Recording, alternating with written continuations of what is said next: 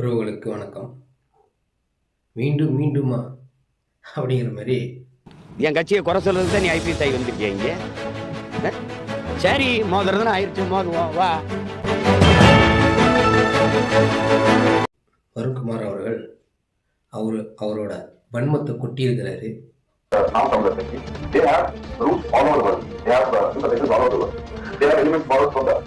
சமீப காலமாவே நாம் தமிழர் கட்சி மீது தொடர்ந்து அவதூறுகள் தொடர்ச்சியாக நடந்துட்டு இருக்குது. காரணம், பத்தி பிசா செலவு பண்ணல.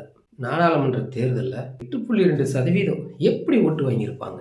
எப்படி இவங்க அரசியல் களத்தில் நிற்கிறாங்க, தொடர்ச்சியாக தனிச்சே நிற்கிறாங்க. மக்கள் ஆதரவு எப்படி இவங்களுக்கு வருது? இது தமிழ்நாடு. வந்தாரையெல்லாம் வாழ வைக்கும், வந்தவரையெல்லாம் ஆளவும் வைக்கும்.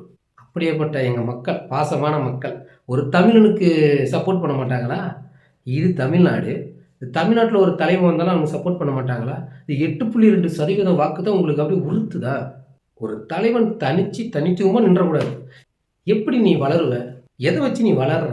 இந்த நிறைய கூட்டணி கட்சிகள்லாம் இருக்கும். அவங்களாம் மிகப்பெரிய வன்மை என்னன்னா, நம்மளாம் இத்தனை காலமாக இந்த அரசியல் இருக்கிறோம், நம்மளால முடியல, நம்மளாம் கூட்டணிக்கு போயிட்டோம்.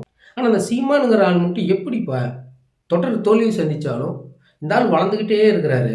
அந்த கட்சி சார்ந்தவங்களும் இது பண்ணுறாங்கன்னு சொல்லலை. பெரிய கட்சின்னு ஒன்று இருக்கும்ல, அந்த திராவிட கட்சி, நான் தான் பெரிய கட்சின்னு சொல்லிங்கள, அந்த கட்சி இதுமாரி சில ஆட்களை வச்சு அவதூறுகளை பரப்பும் பொழுது, ஒரு அரசு அதிகாரி வதந்திகள் பரப்பும் பொழுது, ஒரு ஒரு ஒரு தேசிய அளவில் நடக்கிற ஒரு ஐபிஎஸ் அதிகாரி மாநாட்டில் மக்களால் ஏற்றுக்கொள்ளப்பட்ட அங்கீகாரம் வாங்கின தேர்தல் ஆணையத்தில் அங்கீகாரம் வாங்கின கட்சி நீங்கள் தடை செய்யணும்னு சொல்கிறீங்களா? உங்களுக்கு இதை பேசுறதுக்கு தைரியம் எங்கேருந்து வந்துச்சு? ஆளுங்கட்சி துடிக்குது நாம் தமிழர் வீழ்த்துன்னு. அரசு அதிகாரியாக பேசலை, திமுக அதிகாரியாக அங்கே நீங்கள் செயல்பட்டு இருக்கிறீங்க. அதான உண்மை. அப்போ இங்கே இருக்கிற கட்சிகள் எல்லாம் அப்போ சீமானுக்கு நீங்கள் சப்போர்ட்டெல்லாம் பண்ணியிருக்கணும். ஒரு அரசு அதிகாரி ஒரு அரசியல் கட்சியை பார்த்து இப்படி பேசலாமா?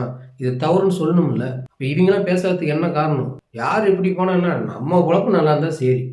ஏன்னா நம்ம அடுத்தது கூட்டணி பற்றி பேசணும். இப்போ சீமானுக்கு ஆதரவாக பேசினா நம்மளுக்கு தேவையில்லாத இடத்துல ப்ரெஷர் வரும் அப்படின்னு அமுக்கமாக இருக்கிறாங்க. ஆனால் இதே மற்ற கட்சிகள்லாம் ஒவ்வொரு பிரச்சனையும் வரும்பொழுதும் சீமானு தான் முன்னாடின்னு அறிக்கை கொடுக்குறாரு.